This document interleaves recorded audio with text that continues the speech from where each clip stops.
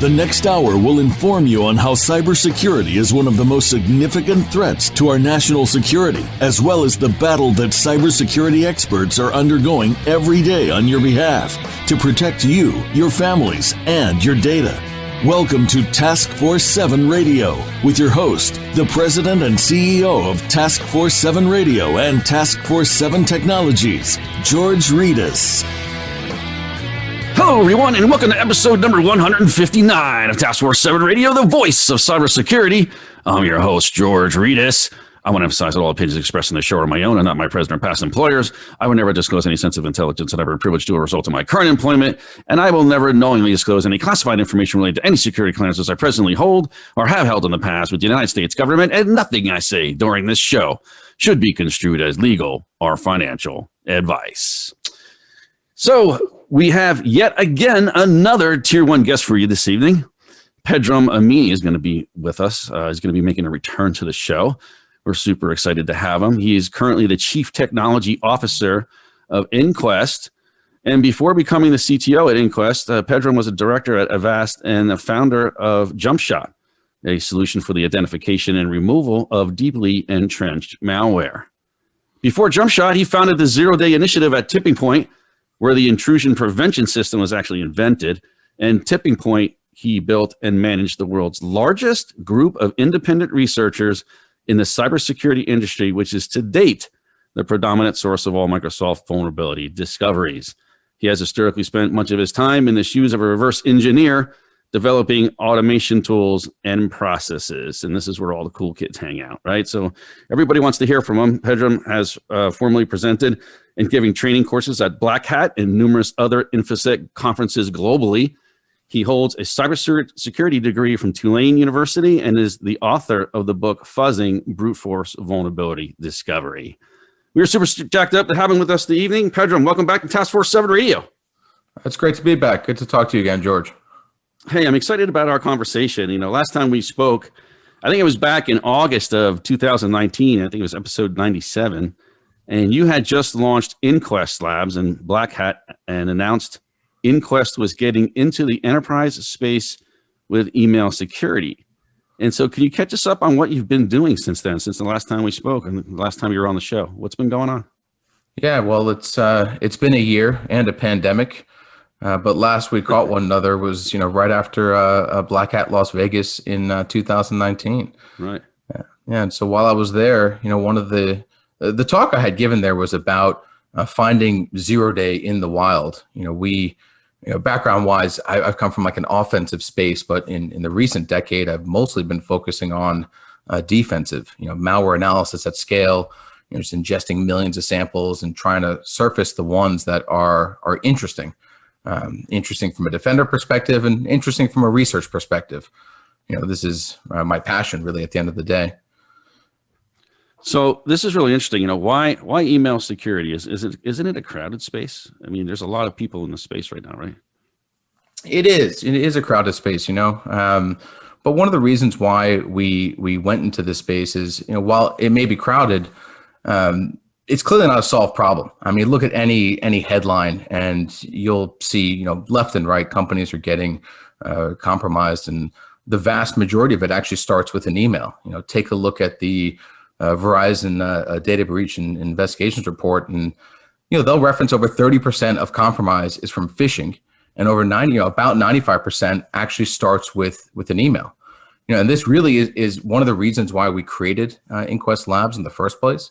Is we built an apparatus where we leverage this thing to try and find, try and stay on top of, the latest breaking crest of malware. And then at some point, at that Black Hat talk, we just kind of opened it up to the world. We've grown it since like 100,000 monthly visits. We've got 100 researchers out there. This is free API keys, by the way. This is not a money-making service. This is entirely a research data portal. And so we leverage that tool in order to find, the really neat novel malware that we know is capable of bypassing existing email security stacks.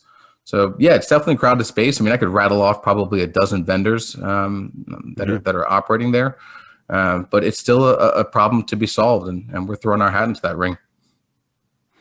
Most definitely. I mean, this is one of the biggest attack vectors that we have. in cybersecurity. This is where a lot of the training is being initiated too in corporations, trying to train employees on how to handle their email. And I think email as a privilege is actually emerging to be much more significant now. In other words, people who really don't need access to external email unless they really need it won't even have it at all at this point, because eliminating it eliminates statistically a percentage of that probability that you're going to have a problem via email. So let's break it down a little bit. What do these email-based attacks look like? Is there a common theme between all of them, or what are we looking at? Yeah, sure. But maybe even before diving into that, I mean, your point is solid, super solid, right? Like, what is the best security? We have this mantra at Inquest is, take the decision out of the user's hands. The less attack surface, including in the user space, the better your security posture is going to be. So, that's a great idea. Maybe distilling it down to even looking at, like, my parents, for example, like, I'll put them on an iPad or an iOS because it's a more locked down environment. Can't install arbitrary applications, so it just becomes a more secure posture. So what a neat idea. Take email away from those that don't need it. Yeah. I think the problem with this is really just convincing the lines of business to do it.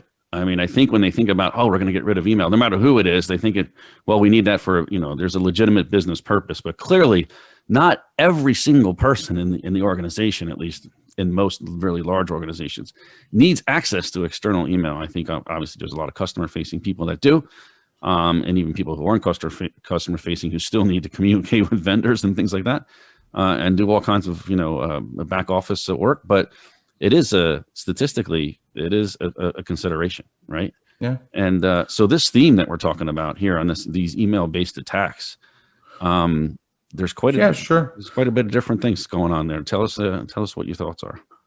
Yeah, I'd break them up into two major segments, right? You've got your lower tech attacks and things like phishing, give me your password, or vanity spoofing, which is just absurd. I mean, it's not even spoofing the email; it's literally changing like the actual your name. Like, I could register random garbage at gmail.com, but make the name George Reedus and send you or your assistant an email pretending to be from you. And this works incredibly.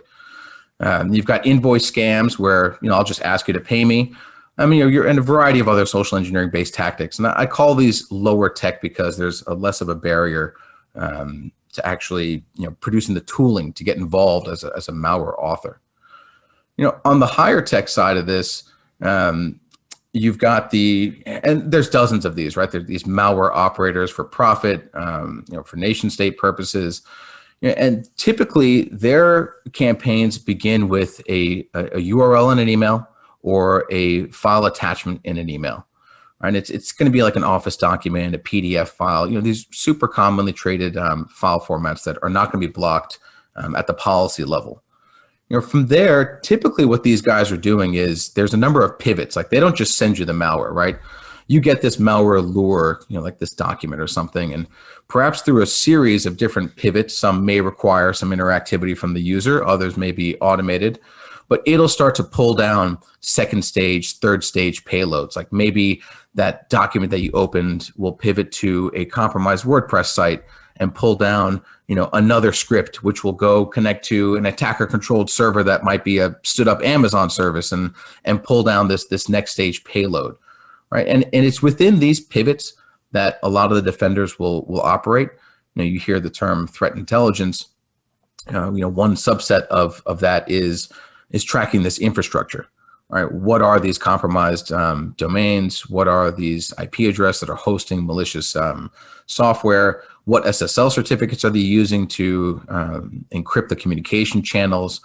Perhaps even what's the file name patterns or URL patterns that is common, right? If I'm a malware operator, perhaps I've got some mechanism to just go and arbitrarily discover vulnerable WordPress sites in the world and then install my malware to it and then distribute that through my mouse spam campaign.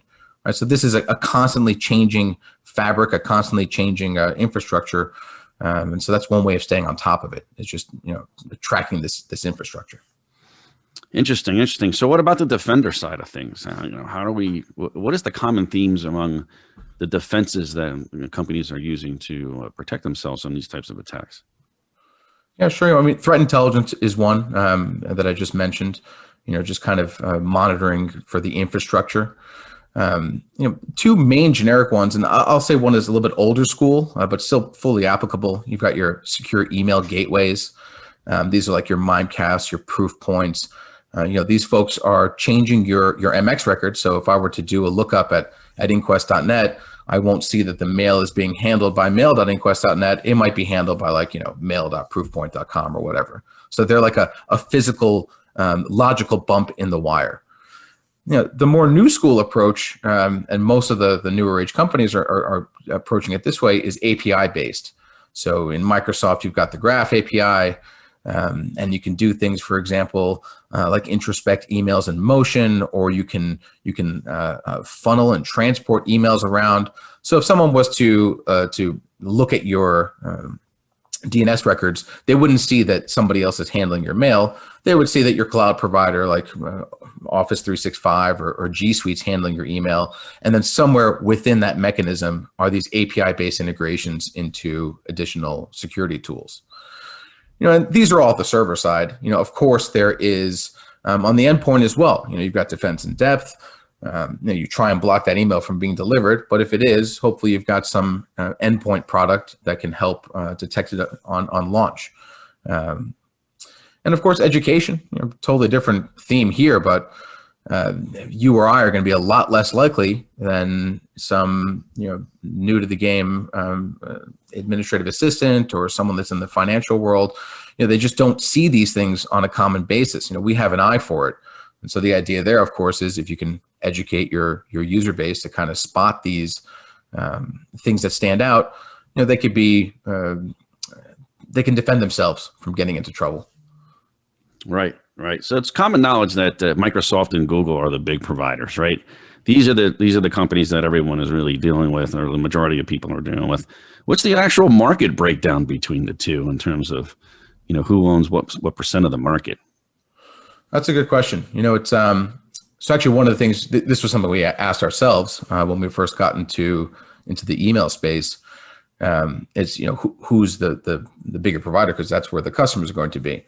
So I'm not overall sure on the users, how much at Google versus like at Outlook.com, but commercially, through our own experiments, we can see that the vast majority is Microsoft. If you just take like the Fortune 2000 and do a dig on every single one of their domain names, looking at who's providing their mail, almost all of them are Microsoft. I believe the split's actually 90-10 Microsoft, Google. But what's interesting is that Google is gaining allegedly a point a year. So they're gaining traction. So, Microsoft is more popular. Google is growing faster. At least that's in the enterprise space. Amazon's a provider here to look at as well. I'm not quite sure what their market share is. I do know that they offer both a service called SES, that's a secure email service, and also Workmail. SES is more of a back end, I'm pushing out emails as part of my product. Workmail is more like, I've got a Pedram at inquest.net and I'm receiving mail through Amazon. And Amazon SES actually has a checkbox where they will do security analysis on files and attachments. I haven't really looked at that yet. That is something I plan on looking at later. I'm currently actively experimenting against both Microsoft and Google, but Amazon's coming up.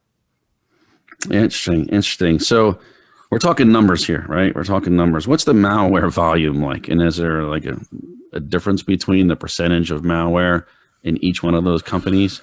So when you look at malware, you're essentially just looking at a general like cosmic microwave background radiation, right? There's just this landscape of malware, and there's many ways of measuring it. Probably one of the most ubiquitous services is one called VirusTotal from Google. Essentially what they're doing here is aggregating a bunch of defenders, like 70 plus vendors. Their detection engines are in this cloud service, and folks will upload files for testing. It's API-based uploads, manual uploads. Even malware authors will use this service to test their malware before they go and send it out into the real world. They want to see, and they want to tune it and tweak it so that it bypasses detection. This was actually a talk or a subject point in that talk I gave at Black Hat last time we spoke. The whole premise there was ingest malware at scale from VirusTotal. And we'll talk about the numbers in just one second. I'll get back to your answer. And then go through that trough looking for gems. I recommend someone, if you're interested, go check out the talk. We showed 3 different 0-day that we're actually able to uncover before the campaign was launched by mining this data source. And so, using this as a litmus test, because it's a good kind of statistical representation, it's grown tremendously over the years. And it's roughly about 1 million new samples a day are seen on this surface. So this is new samples that are detected malicious. They have never been seen before, and they're fresh. It's the first time they've ever been analyzed. I mean, that's a pretty tremendous amount of volume, and it's only a subset of what exists out there. If you look at the breakdown of what the file types look like, PDFs are number one over documents in terms of these common malware carriers. But we will see PDFs being used more for phishing and docs being used more for malware delivery. So it depends on where you look at it. But roughly we're looking at, figure it's in the order of millions of samples a day, as opposed to 10 or 100 million. Wow. It's huge. Massive, and it's only getting bigger and bigger every day. And what's worse is that our talent pool is or the gap is increasing. So not only is the volume of the data going up, but then the number of people who are actually able to do something about it, that gap just continues to increase every day. Yeah, so the volume alone is, I guess, an indicator of how this problem isn't solved, and people are throwing a lot of numbers at it because in some sense it still is a numbers game. A certain percentage of these attacks will be successful. So as long as it's cost effective for the bad guys to do it, they're going to continue to do it. But is there any other contributors that you can speak to that are really contributing to the problem here? Yeah, email, as you said, it's. Who was the guy? Was it Willie Sutton? Who he was a bank robber, and reporters asked him, why do you rob banks? He's like, well, that's where the money is. Yeah. It's the same thing with the malware operators. That they're going to gravitate towards the path of least resistance. And you're right, it's a numbers game. If you've got 10,000 users in your organization, and even if you've got a 99% efficacy rate, it's just a matter of time before someone finds a way to reach one of those users and get a footprint on the inside. And why isn't this a solved problem? I mean, yes, there's a lot of people out there, right? There's a criminal element. There's about 3 dozen common campaigns that we track, and they got names like Emotet, Drydex, LokiBot, QBot, TrickBot, SmokeBot. It just goes on and on, right? And it really is a business out there. Like we're seeing people offering malware as a service. One of the reasons why you see these multiple pivots is because potentially the team that's doing the initial spamming with these malware lures might be different than the team that's hosting the infrastructure that pivots to the payload that might be done by a different team entirely. And some of these guys have gotten so good at what they do that they just stop delivering their own payloads. They just offer it as a service. Like, hey, what do you want?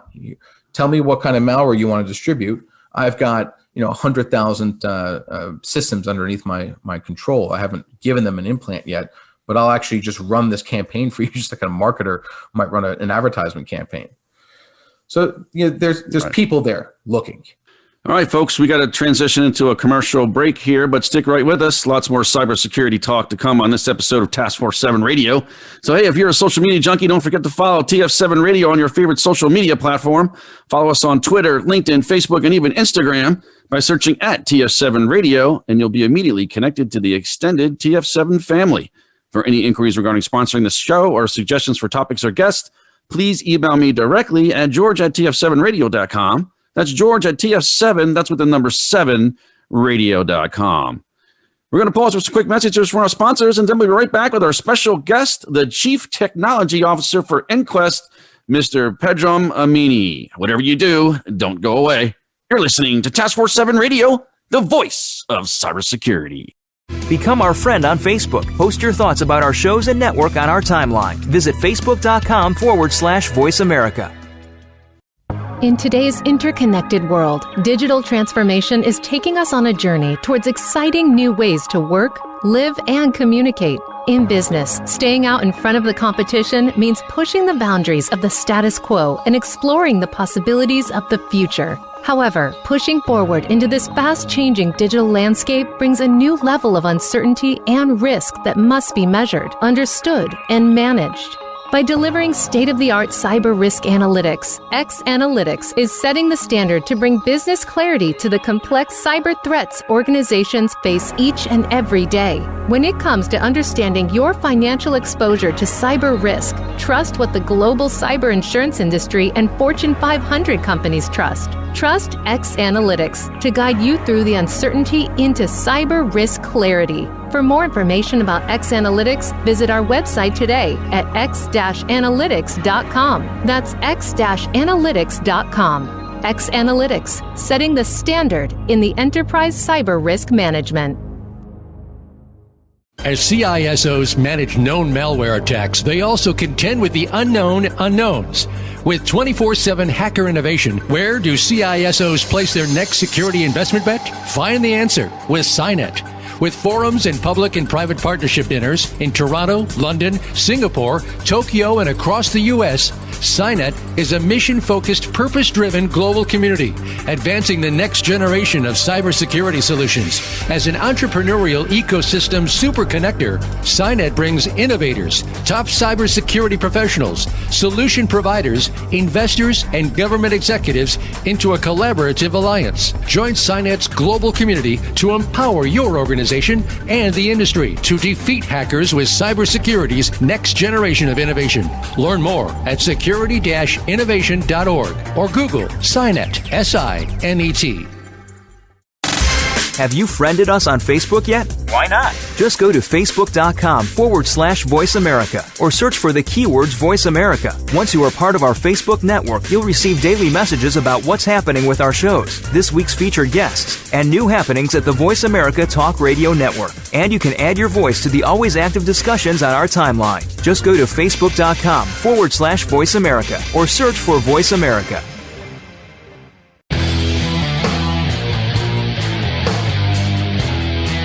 You're listening to Taskforce 7 Radio with George Reedus. If you'd like to find out more about our program, please visit the website at taskforce7radio.com.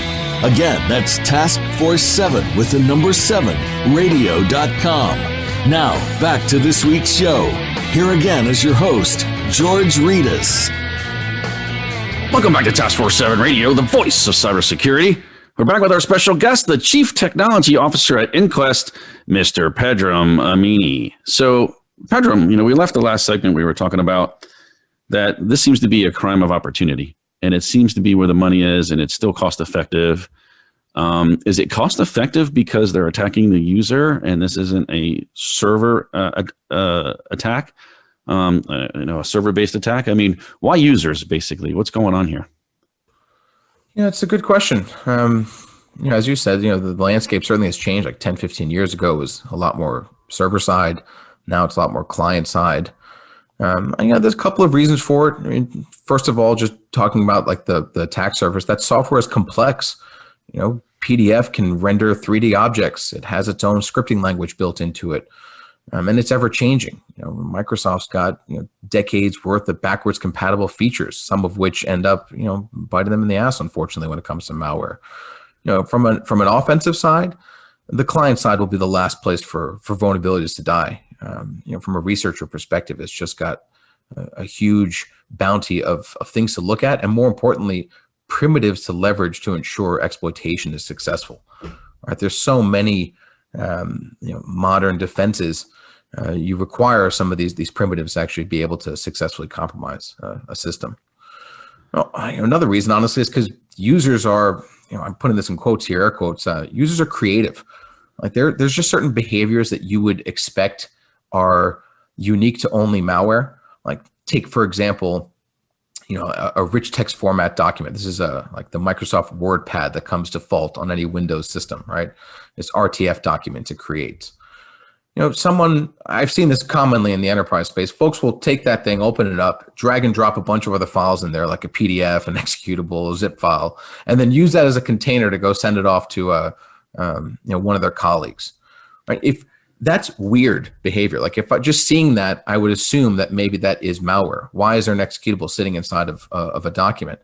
And so if users weren't so creative, perhaps it'd be easier to create policies that precluded malware from like hiding in this fashion. But unfortunately, there's just so much variability to how people do business, and the last thing you want to do is get in the way of folks doing business. Security, unfortunately, is always going to be second to the bottom line. Yeah, you don't want to be a blocker. You want to be a facilitator, and it can't be just a phrase. You really have to facilitate business. Like you have to understand how you understand the P&L of the business, how they make money, what are the critical assets, what are the critical applications, what do you need to protect, and how this all plays into that. I think it's really important. I'm curious to hear more about this Trastero. Is it Trastero project that you and I spoke about? It is. I can't take credit for the name.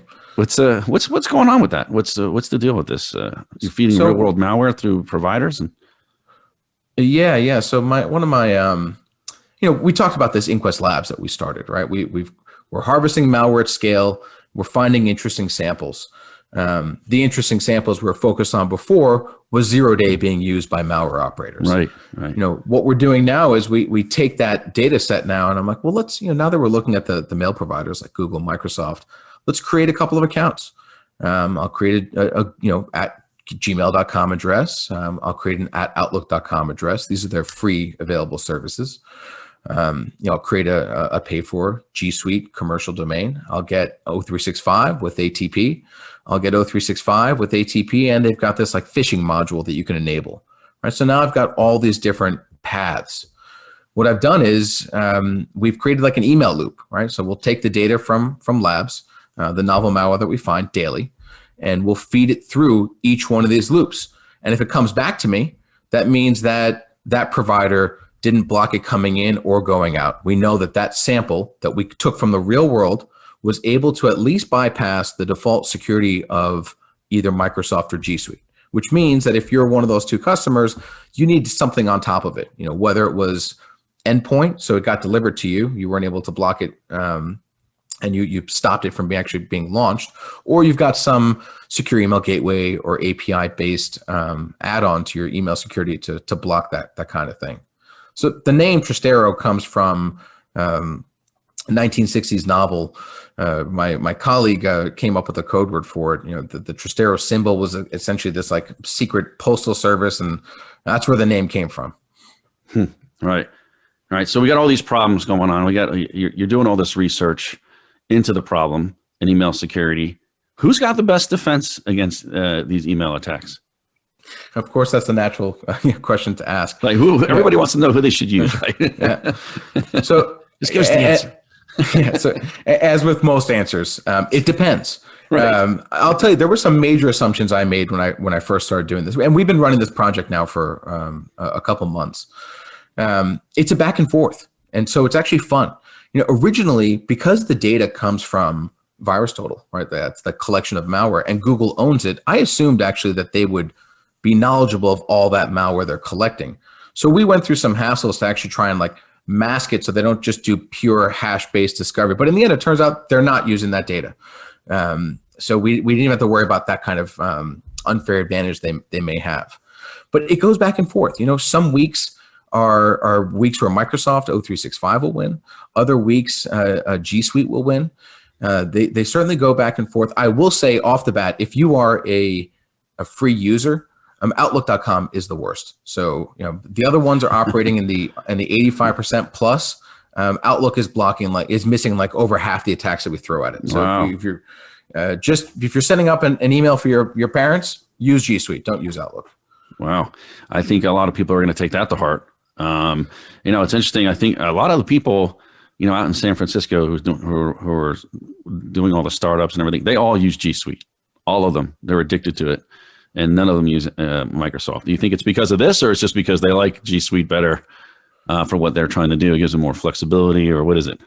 It's a neat observation. I find the same thing. Like almost every smaller startup that we know is all using G Suite. But if you go to the enterprise, Microsoft is dominant there. But just to be clear, Microsoft's O365, that is a competitive, good security. It's Outlook.com specifically. It's the free provider that if you're going to set up, whether you're, Pederm Outlook or Pederm Gmail, you're better off with Pederm Gmail. From an enterprise perspective, O365 is crushing it. They're everywhere. Everyone's implementing. I mean, Microsoft must be making, so much money. So what makes your email security different from what the big vendors like Google and Microsoft are offering? Like, what do you guys do on top of that? Yeah. Well, similar to what we do from the on-premise space, my background is in, at least with Inquest, is in a DoD on-premise carrier class defense. We focused on the gaps there. Like we looked at the space, when you stack up the best in breed vendors across the spectrum of different offerings, what's still left?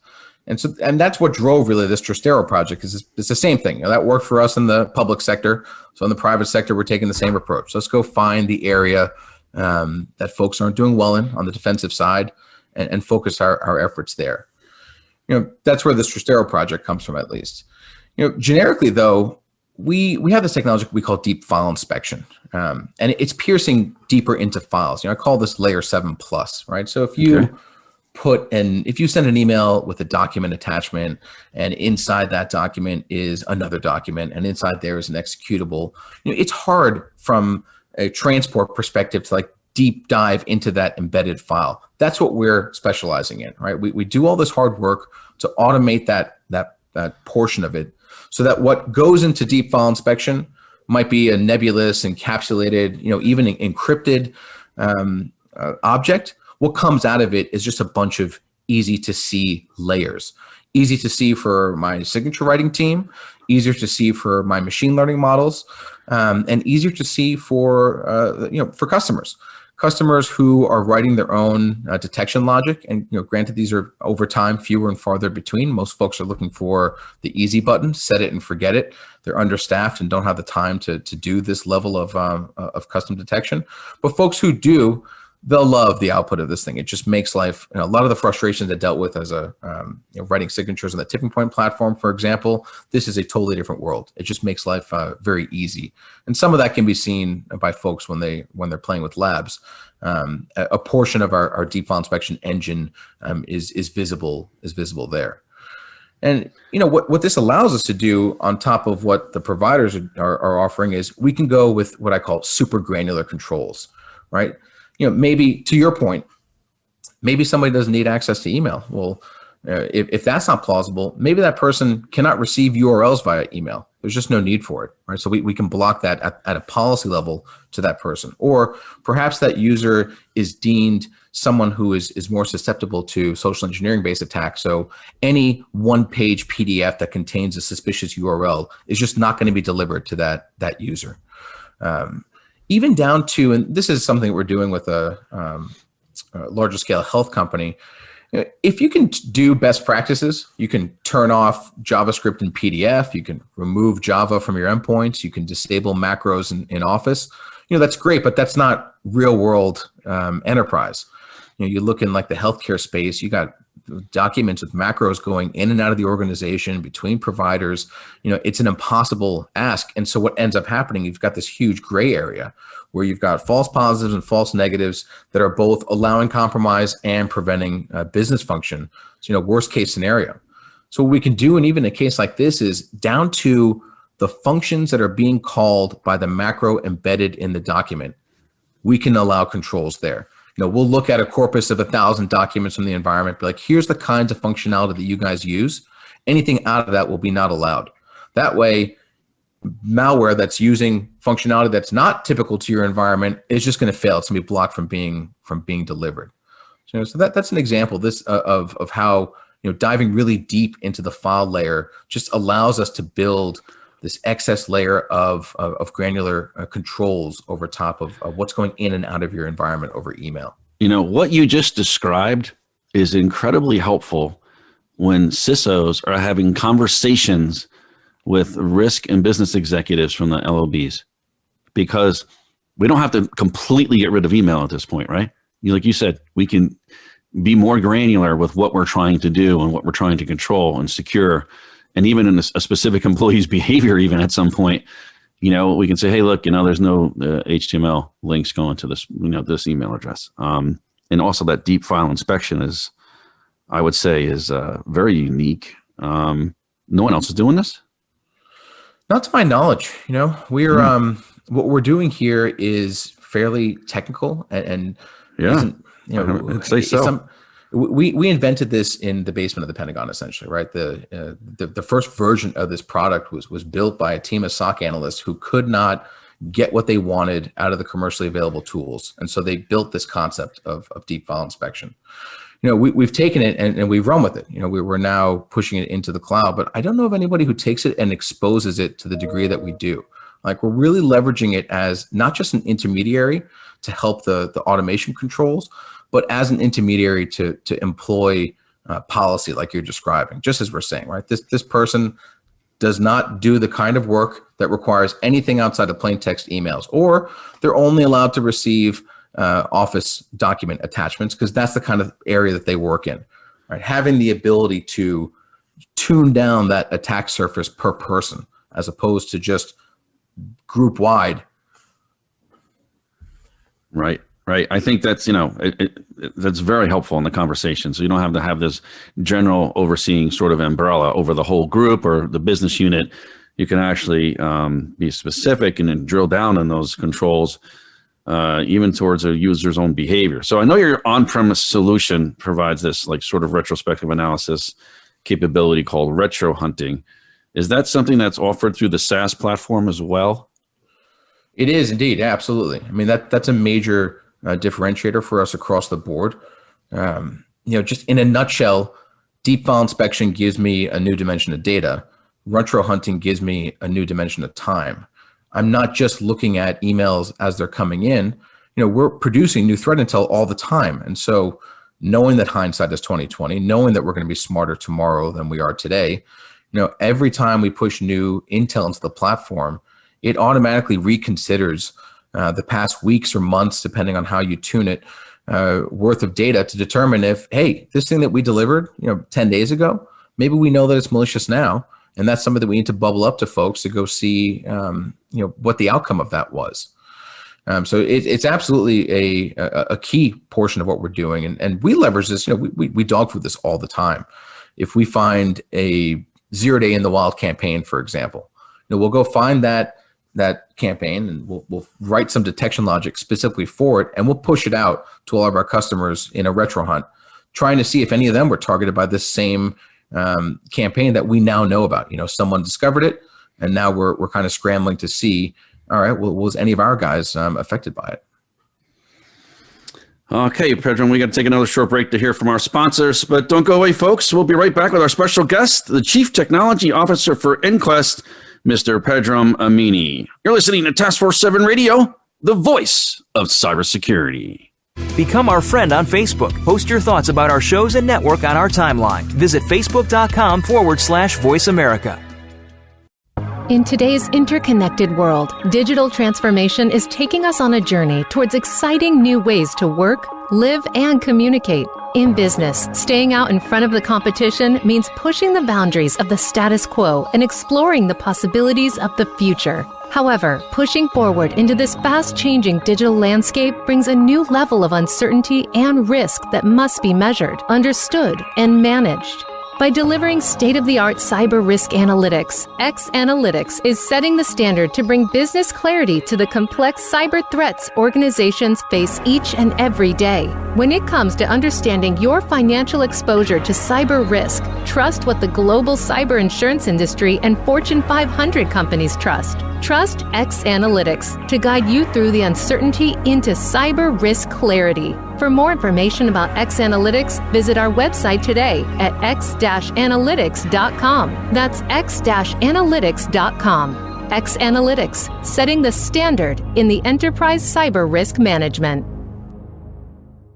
As CISOs manage known malware attacks, they also contend with the unknown unknowns. With 24/7 hacker innovation, where do CISOs place their next security investment bet? Find the answer with SINET. With forums and public and private partnership dinners in Toronto, London, Singapore, Tokyo, and across the U.S., SciNet is a mission-focused, purpose-driven global community, advancing the next generation of cybersecurity solutions. As an entrepreneurial ecosystem super connector, SciNet brings innovators, top cybersecurity professionals, solution providers, investors, and government executives into a collaborative alliance. Join SciNet's global community to empower your organization and the industry to defeat hackers with cybersecurity's next generation of innovation. Learn more at security-innovation.org or Google SciNet, S-I-N-E-T.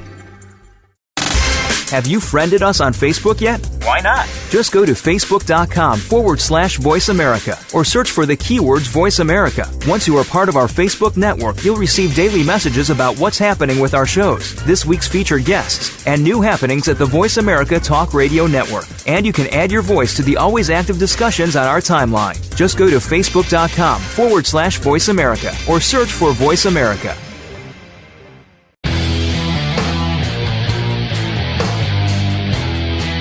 You're listening to Taskforce 7 Radio with George Reedus. If you'd like to find out more about our program, please visit the website at taskforce7radio.com. Again, that's Taskforce7 with the number 7, radio.com. Now, back to this week's show. Here again is your host, George Reedus. Welcome back to Taskforce 7 Radio, the voice of cybersecurity. We're back with our special guest, the Chief Technology Officer at Inquest, Mr. Pedram Amini. So, Pedram, in your previous roles, you were sort of entrenched with identifying and validating these zero-day vulnerabilities, and you brought them up before in the previous segment. And the buzz around zero-day was, who has them or who can prevent them from being exploited is really where the war is, right? Who has them and how do we know and who has them, and then how can we prevent them from being used to exploit the vulnerabilities that they're designed to exploit. So are you still in that area of interest in what you do over there? What's going on with that? Because that's something that everybody is into. Yeah, for sure. I mean, zero-day vulnerabilities, basically a vulnerability that nobody else knows about yet, right? It's it's held by a private party. They're always going to be a thing. They've always been a thing, and they are, they are fascinating. From my time at the Zero-Day Initiative, one of the things that became very clear empirically was that there's overlap between researchers. Sometimes 2-3 researchers from different parts of the planet using different techniques would discover the same vulnerabilities. The first time this happened, we thought maybe someone's trying to pull a fast one on us, right? They're trying to sell the same information twice. But by the dozenth time this happened, we started realizing that, look, there just is a lot of overlap. And while we had the biggest program of its kind, it's still not all the researchers in the world. It's just a sampling, just like VirusTotal is a sampling of what's going on in the world. And so, the short answer is, absolutely. We're certainly interested in it. As I mentioned, our background is in defending the DoD. That's a huge pride and honor. And so we throw everything in the kitchen sink, every resource, every partnership, every friendship we have, we leverage to get all the intel plausible in hopes of getting a win. And so, a lot of that's done through partnerships. One partnership that is pretty ubiquitous across the defensive space is Microsoft has their Active Protections Program, MAP, M-A-P-P, right? Basically, it took us 2 years to get into this program. You got to go through a lot of vetting, but if you do get in, they provide you with access and more details to their vulnerabilities that they're publishing every Patch Tuesday prior to that Patch Tuesday. So instead of scrambling to reverse engineer patches and read advisories and trying to figure out what the vulnerability is, at the same pace that the attackers are doing this, as a defender and part of the MAP program, you get access to that data beforehand, so you can write, well-tuned detection logic. What's neat here is that Microsoft actually manages this for Adobe as well. And so if you're part of the MAP, you're getting all Adobe and Microsoft bugs. That is a pretty large swath of that, those initial, infection vectors. It still leaves Java. It still leaves non-Internet Explorer browsers like Google, Firefox, Safari, but it's still a pretty good chunk. Augmenting that, there's another company here in Austin, Exodus Intelligence. close partner of ours at Inquest. I sit on the advisory board there. They're good friends of mine. The founding team was former members of the Zero Day Initiative. They play in the Zero Day vulnerability intelligence space. And, we're one of their users, and they provide us with information about the Zero Day that they know about. And this gives us even more Zero Day coverage. Now, one of the really neat things about the Exodus work is, these guys are actually writing, it's not just a proof, they're writing an exploit, right? So they're giving the capability to fully compromise whatever that vulnerability is. They will get it to be at a state where you can deliver a payload. And to do this, sometimes it requires jumping generic hurdles that would exist around the exploitation of other vulnerabilities as well. And so we'll focus on these TTPs, these tools, tactics, procedures, because if I can anchor on an exploitation technique, that allows me to detect a larger number of vulnerabilities, which in turn will allow me to detect an even larger number of malware, right? There's more malware than there are vulnerabilities, than there are exploitation techniques. So, in short, Zero Day is very interesting to me. And it is something that we, take active measures to glean information about. Yeah, no doubt. And they can be some of the most damaging and surprising attacks because no one knows about them before they actually appear. And so nothing is bulletproof, right? And what if you want to go further? How does intelligence play into all this? Sure. As I mentioned earlier, most folks are looking for the easy button, right? They would love to just give you their credit card and have you automatically stop things from getting into the inbox. And that's it. They don't want to see you. They don't want to talk to you. They don't want to deal with alerts. They just want the problem solved. And good security is invisible, right? You don't get in the user's way. That said, as you're saying, nothing is bulletproof. So you really need, if you're really serious about it, and going back to this Trustero project, right? I mentioned that Outlook was the worst. And there's movement, right? Between, I would say the standard efficacy rate on any given day on average is between 85 and 95% for Google and Microsoft. That's not terrible. They're still leaving 5 to 10 points of openness, which is a gap to be addressed, but it's not absolutely terrible. So if we want to go further than what's going on here, if we want to really catch as much as possible, one of the things that we offer is what I call email decoration. Right? In the same way that I mentioned earlier, like you or I might have less of a chance of falling for some kind of scam because we're just knowledgeable of what these things look like, right? We might look at the SSL certificate. We might look at the headers. We might look at the document and notice it's asking us to enable active content, or, it's just a new sender. All these things are kind of like these instincts that we have from experience. The point of email decoration is to automate getting that experience over to all of the users. So if someone who may be less knowledgeable about what these attacks looks like, if they see a fat red banner at the top of the email that says, hey, this thing didn't look bad enough for me to block it, but you've never seen this sender before, it's really odd, maybe you should be really sure before you open it. Kind of giving this warning, give them pause, make them slow down a little bit. And these banners are, red to really catch attention. Yellow, it's a little bit, just suspect, or blue is just kind of informational. It's almost, to a degree, it's almost training through your real world email, right? If I'm just, every email that comes by, if I can make a comment on it and an end user reads it, they might through that process just become more knowledgeable about the types of threats that are out there. On top of email decoration, threat intelligence is, of course, as you mentioned, if you want to dive into that layer of it. So we're doing malware analysis at scale on what's going on in the world by ingesting your email spool, and catching the malware that's inside there. We can kind of overlay them on top of one another, right? And through some machine learning, some clustering, what we're able to do is actually find the outliers. So the stuff that I'm seeing in the wild that I also see in your email spool, that's kind of garden variety things, right? It's just people trying to opportunistically break into random systems. It's the outliers, the things that only you're seeing that are not going to the rest of the world. Those are the ones that we want to spend some more time, looking into. Perhaps writing custom detection logic, or doing some more like threat intelligence research to proactively map out infrastructure that's related to the campaigns that we've seen but we haven't seen their full infrastructure yet, right? It's almost like an early warning system. Like, okay, someone is jiggling the door handle. Let's get ready. The final piece, if someone's really serious about it, will actually step into the deception world.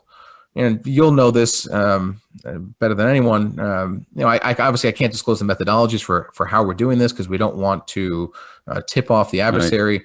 Right. But the idea here is proactively create a mechanism for extruding information from the adversaries to help. All of these steps are just tightening it down more and more and more until you get to what is ideal, 99.999% deep nines. In terms of blocking or at least decorating or warning about things that are going to the user. Yeah, I mean, the more intelligence you can gather and the more you can do to actually lead the adversary in the wrong direction even, and make it more costly for them to do what they do, make it not cost effective to attack you, at least from even your specific company, even in that basis, then you could steer them someplace else. If there's obviously if there's a bunch of houses there and one has an alarm with a guard dog and everything, they're going to go to the house that doesn't have that, right? And it's what we're talking about here. It's moving the adversary away from you. Things are pretty complex right now, with the transformation to modern desktop, and a lot of people have these hybrid environments now. What do you do when you have Exchange plus O365 and you have all kinds of different things going on? You have on-prem, you have things in the cloud. I mean, what do you do then? Sure. Yeah. And, to your point, you're absolutely right. Right. What's that joke? You don't have to you don't have to outrun a bear. You just have to outrun at least one person in your group who's running away from the bear. Right. And it's a crappy way of looking at things, admittedly, but it is realistic. If someone is looking at attacking your vertical, the car industry, healthcare industry, gambling industry, whatever it is, they're going to go and they're going to go after the lowest hanging fruit. So if you can make it more difficult, more costly, you're right. The idea there is to make them move on. Now, it is an interesting point you bring up, right? Not everybody, while the craze is in the cloud, some people are halfway. Some people just started, with the pandemic, a lot of offices shut down and folks who were quite happy living in their north-south egress bubble suddenly had to break that paradigm and switch to cloud, and they're kind of like half and half. So we fully support this. This is something that, because especially coming from the on-premise high network carrier class, like throughput appliances, we've been there in the past, and the nice thing about our architecture is that we can mix it all, right? So whether it's data in motion from a tap or data in motion from logical API integration to Microsoft O365, or if we're ingesting data at rest, or if we're ingesting via IMAP or ICAP or API, in the end, it's a single platform, it's multi-tenant, and so we can leverage a one interface, one custom detection platform for ingesting data from all these different sources. And that is something that newer companies, they're just straight to cloud. This isn't a concern for them, but in the real world, large scale enterprise space, Fortune 1000, this is going to be quite common. And in some cases, folks haven't gone to cloud, right? There's some people who just won't ever do that. They can't afford to have their email spool sitting on someone else's server. So a big part of having a good cybersecurity program is really conducting assessments against yourself to see where you're weakest, having those threat to capability assessments drive your financial planning cycles. How does one go about testing their own email security stack? How does that happen? Yeah, essentially doing what we did, but on your own stack.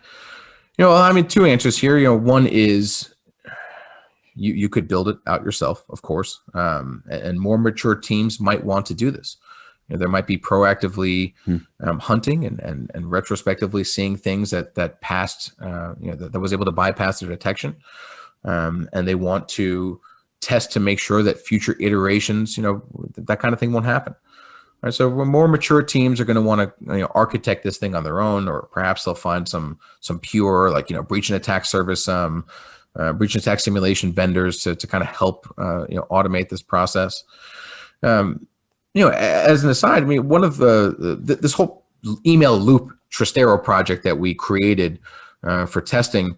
We actually recently opened this up, and it's really expanding on the experiment. It's totally free. We set it up as a courtesy, and of course we get information out of it too. We get to see if you have a certain stack with certain additional security controls on top of the default providers. We'll see how well those work as well.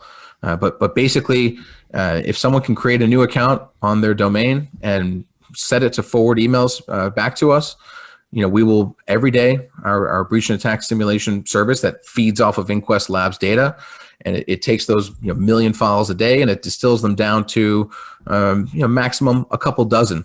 Some days 0, some days a handful.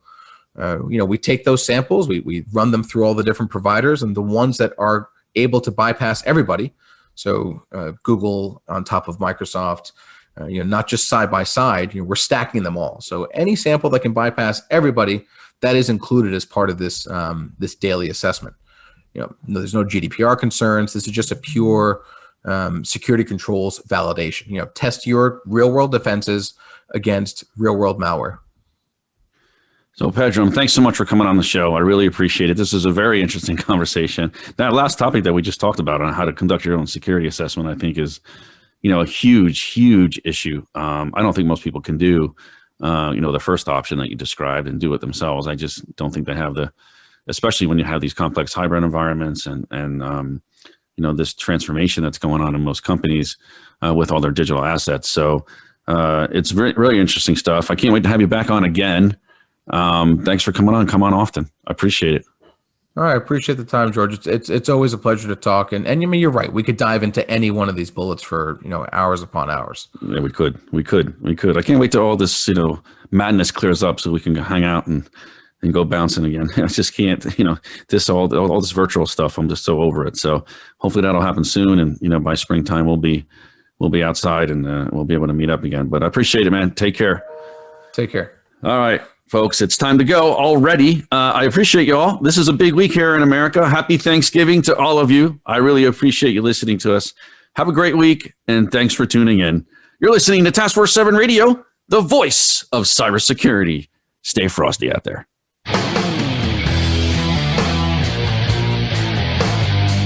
Thank you for tuning in this week to Taskforce 7 Radio. To learn more about Taskforce 7 Radio, please visit our website at taskforce7radio.com. Be sure to join your host, George Reedus, again next Monday at 8 p.m. Eastern Time, 5 p.m. Pacific Time on the Voice America Business Channel.